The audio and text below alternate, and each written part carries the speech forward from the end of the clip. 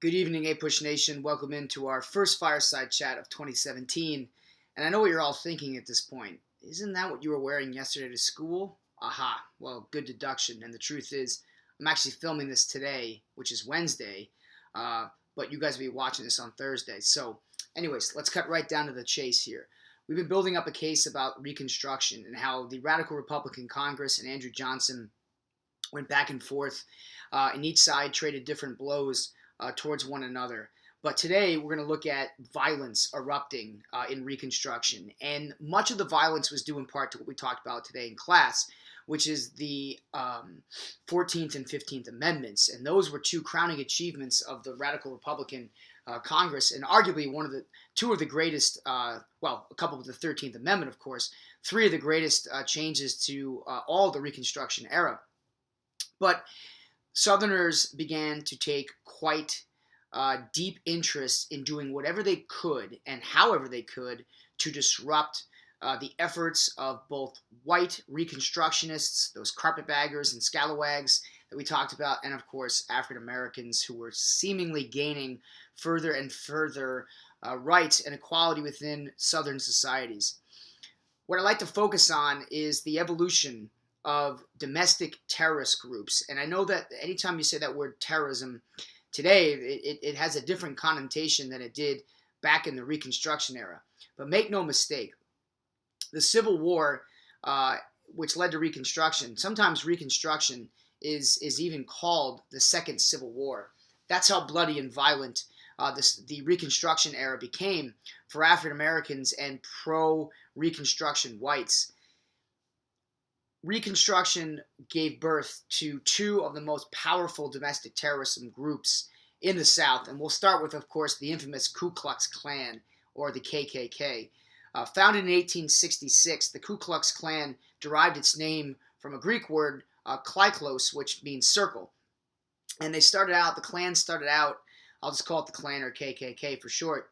The Klan started out as a secret society, and there were actually quite a number of secret societies both in the North and the South. It wasn't anything unusual. But the Klan had one thing in common, and that was their proclivity for wanting to drive away Northerners and disrupt the lives of blacks living in the South. Many of the Klansmen who joined these secret societies, which, by the way, was formed in Tennessee, were ex-Confederates. Their first Grand Wizard, which was the name of their leader, was Nathan Bedford Forrest, who was an ex-Confederate general. And the Klan tended to utilize terror tactics in their effort to disrupt African American life. And I want to continue to stress whites as well, who supported Reconstruction efforts. The Klan, and what you guys most know them probably for, and you've seen the images before the Klan, the white sheets, right? The white hoods and the white sheets. A lot of that had to do with the fact that the Klansmen knew that many African-American Southern cultures were superstitious. That was a big part of their cultural beliefs and some of their religious beliefs. So the Klansmen would often dress up in these white sheets because they purported to be ghosts of Southern soldiers.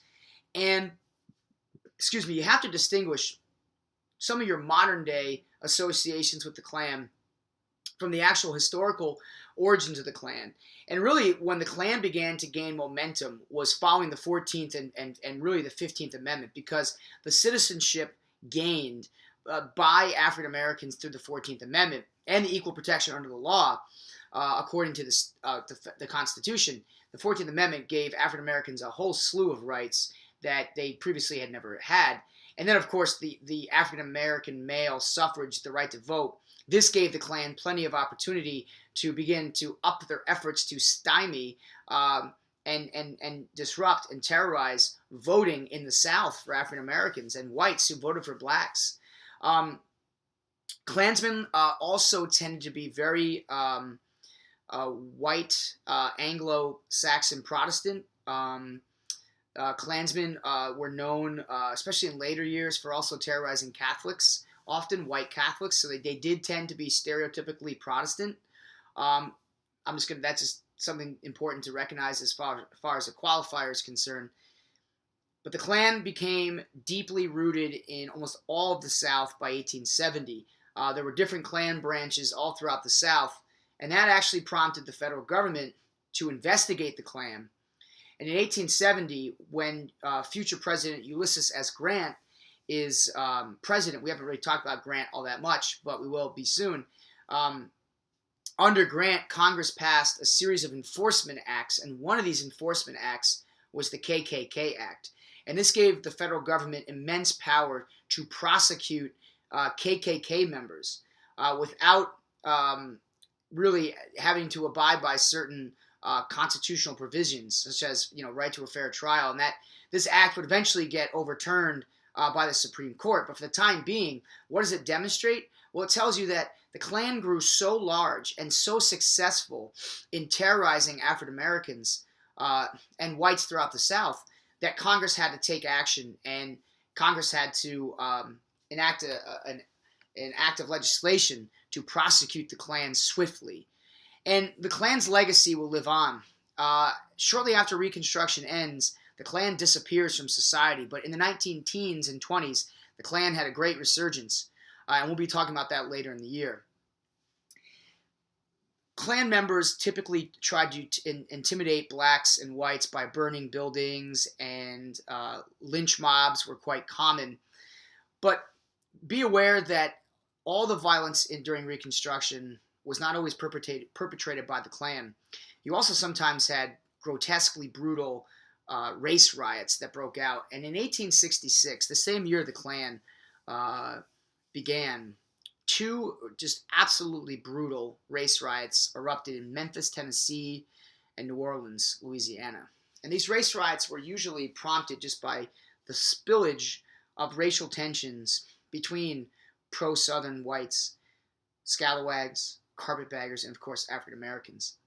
The race riots in both Memphis and New Orleans of 1866 led to hundreds of blacks and dozens of whites killed. The description of these race riots by some soldiers that were called in to break up the riots, some soldiers claimed that these race riots were bloodier and more grotesque than some of the scenes they saw on Civil War battlefields. So these are two examples of massive race riots. And mind you, these are some of the highest number of casualties. There were other race riots, and there were, of course, murders and lynchings that occurred all throughout the South, not just from the Ku Klux Klan, but by just your average Southern citizens that were very much caught up in the tensions that were spilling over as a result of all the Reconstruction policies of the federal government. And we've been talking so much about the different policies and the different acts of legislation, and it just remains it remains consistent that the more federal involvement in the South, the sort of correlation is the larger the resistance to those policies and the stiffer the violent response became. Moving ahead a little bit in time, I want to talk about the last group on our list today. I really wanted to cover the KKK, their origins, the race riots, but we have to talk about the White League. Now, the White League were a paramilitary organization, which essentially just means that this was much like the Ku Klux Klan, a secret society organization that carried out military-like actions. The White League were formed, although what made them different from the KKK was that the White League had a lot of ties to the Democratic Party. In fact, that became a very well-known, and we'll look at some cartoons tomorrow to solidify your understanding of the White League's influence in the Democratic Party. The White League, like the KKK, stood to terrorize and to victimize both African Americans and whites in grotesque and brutal ways. Lynch mobs, burning of buildings, murders. And again, one of the main aims of these groups, like the White League, was to disrupt the voting process. With the suffrage for African American males, the number of African Americans serving in Congress begins to rise in the 1870s. So when the White League was formed in the early 1870s, it again had a similar aim to the KKK, but I want to make the point that they were separate organizations. White League leaders had branches all throughout the South. And what this foreshadows is, by the 1870s, and we're going to be getting there by the end of the week, the South is really starting to return to its former setup. Multiple Southern states had been readmitted to the Union. And as the South is reaffirming itself, the South is becoming solid again. And that's one of the terms that sometimes goes along with the rise in white domestic terrorism. It's creating a solid South once again, which is where whites are and white Democrats are dominating the South as they did before the Civil War. Sometimes these solid South members are also called the Redeemers, and we'll be spending some time with that term. But let me get back to the point about the White League. Making the South solid again was their goal, and they would do whatever they could by any means necessary with violence. The high water mark of the White League violence took place on an awful, brutal, chilling incident in 1873 known as the Colfax Massacre. The Colfax Massacre took place in Colfax, Louisiana, which it's no surprise that Louisiana was a hotbed of violent activity going back to the New Orleans race riots of 1866. In fact, Louisiana state law did not, at the time, Louisiana state law did not consider the murder of an African American to be illegal. So the Klan and the White League and other groups found themselves with a lot of opportunities to break the law in Louisiana. Now, the Kkk Act was there to prosecute the Ku Klux Klan, but it did not include the White League. So the White League members, during one election in 1873, stormed a courthouse where African Americans and whites were voting. And the storming by the White League prompted the response of the federal government to get involved. And President Grant, who was still president at the time, sent troops down into Colfax. And eventually, this escalation of the situation resulted in bloodshed of the worst kind. And reports range that anywhere from about 75 or so to 150 blacks and a handful of whites were killed in what's known as the Colfax Massacre. The Colfax Massacre was the high water mark of violence in Reconstruction. More African Americans were killed in this one incident than any of the other incidents of violence in Reconstruction. And so what we'll be talking about later this week, one of the central themes I want to get into, and this ties right back to the Colfax Massacre, which was perpetrated by the White League members in Louisiana, is how does the Supreme Court respond to all this activity? And one of the cases we're going to look at is a case specifically tied to the Colfax Massacre, and I think that you'll be quite shocked at the result of the massacre, of the Supreme Court case. I apologize. So, to recap quickly, the three most important things to take away from today's lesson. One, the rise of the Ku Klux Klan as a stiff resistance, violent resistance formed in opposition to the 14th, 15th Amendment and just general Reconstruction policies. Two, episodes of mass race riots in big southern cities like Memphis and New Orleans. And of course, the rise of the White League, which was a tie-in to the Democrat, the Solid South, returning to its former glory, and of course the Colfax Massacre, which was tied in there. So we'll continue with Reconstruction, no doubt tomorrow and probably into early next week.